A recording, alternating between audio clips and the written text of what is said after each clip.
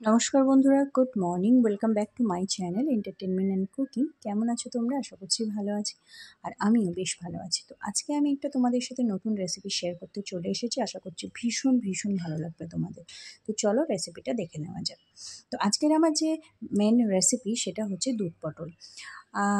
দুধ পটলটা হচ্ছে নারকেলের দুধ দিয়ে আমি এই পটলটা রান্না করব। নিরামিষ দিনে ভাবছো কী করবে কী না, তো পটল আর একটা নারকেল থাকলেই নিরামিষ দিনে এরকম একটা রেসিপির সাথে যদি থাকে তাহলে অসাধারণ জমে যাবে। তো আজকের রেসিপিটা দেখতে থাকো। তো এখানে হচ্ছে নারকেলটা আমি যেভাবে ফাটিয়ে নারকেল তোলে সেভাবে নারকেল তুলে নারকেলগুলোকে এভাবে একটা মিক্সার গ্রাইন্ডারের মধ্যে আমি খুব ভালো করে পেস্ট করে নিয়েছি অল্প অল্প জল দিয়ে।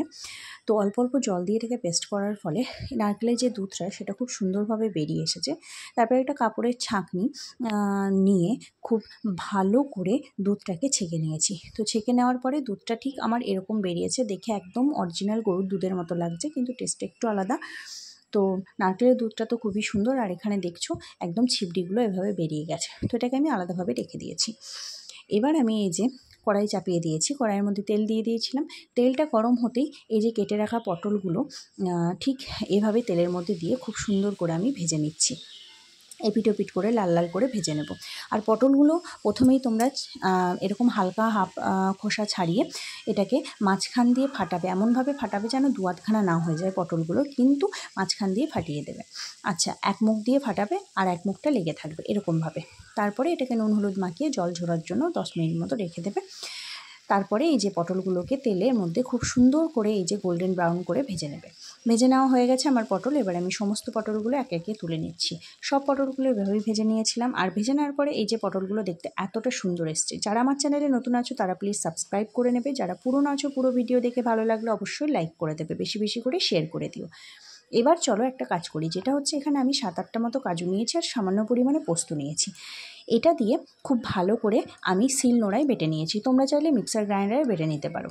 তারপরে আবারও কড়াইয়ে তেল দিয়েছি, আর তেলের মধ্যে সামান্য প্রথমে দিয়ে দিলাম এলাচ, আর দিলাম দারচিনি, আর সামান্য কটা তেজপাতা দিয়ে দিয়েছি, কুচি করে দিয়েছি তেজপাতাটা আমি। দেওয়ার পরে এই যে তেলের মধ্যে একটু নেড়েচেড়ে এটাকে একটু সুন্দর করে ভেজে নেওয়া হচ্ছে। গন্ধ বেরোলেই এর মধ্যে এবার একে একে অ্যাড করা যাক। যেটা হচ্ছে প্রথমেই অ্যাড করছি আমি টমেটো। এটা আমি একটা মাঝারি সাইজের টমেটো নিয়েছি, সেখানে অর্ধেকটা দিয়ে দিয়েছি। টেস্টের জন্য অবশ্যই টমেটোটা অ্যাড করে দেবেন। অর্ধেকটা টমেটো দিয়ে এটাকে একটুখানি ভেজে নিচ্ছি। তারপরে এখানে সামান্য পরিমাণে দিচ্ছি আদা বাটা। একদম নিরামিষ একটা রেসিপি, আর দুর্দান্ত খেতে, আপনারা অবশ্যই একবার ট্রাই করবেন। আদাটা দিয়ে খুব ভালো করে কষিয়ে নেওয়ার পরে এখানে আমি পরিমাণ মতো মোটামুটি একটা বড় চামচের 2 চামচ দই অ্যাড করেছি। দই অ্যাড করার পরে এটাকে খুব সুন্দর করে নেড়ে নিয়েছি। তারপরে এখানে আমি দিয়েছি জিরে ধনে গুঁড়ো। জিরে ধনে গুঁড়ো দেওয়ার পরে সেটাকেও খুব সুন্দর করে কষিয়ে নিয়েছি। তারপরে দিয়েছি আমি কাজু আর পোস্ত বাটাটা।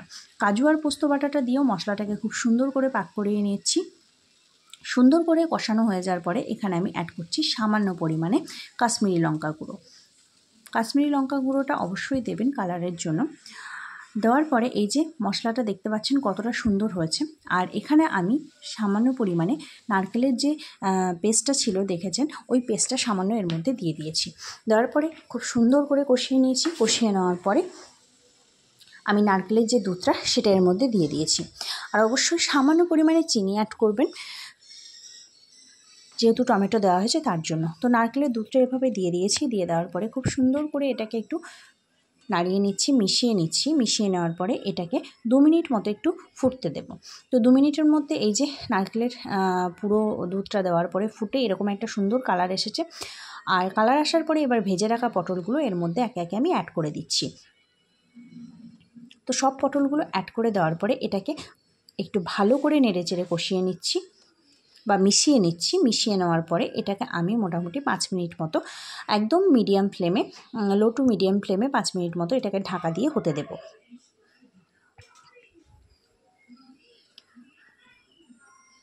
তো এই যে ঢাকা খুলে নিয়েছি। ঢাকা খোলার পরে আরও একবার নেড়েচেড়ে সুন্দর করে দেখে নিচ্ছি। সমস্ত পটলগুলোকে একটু এপিট ওপিট করে ভালো করে নেড়ে দিচ্ছি।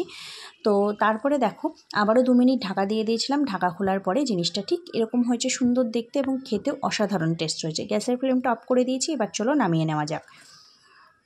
এবার একটা জায়গায় আমি এভাবে সুন্দর করে নামিয়ে নিচ্ছি।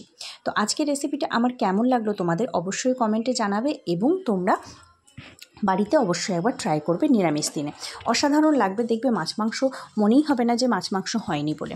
আর যাকে খাওয়াবে সেও চেটেপুটে খাবে এবং তোমরাও ভীষণ তৃপ্তি পাবে খেয়ে। তো আজকের মতো টাটা, ফিরে আসবো নতুন একটা রেসিপির সাথে। ততক্ষণের জন্য সবাই সুস্থ থেকো, ভালো থেকো, আর কমেন্টে আমাকে জানিও।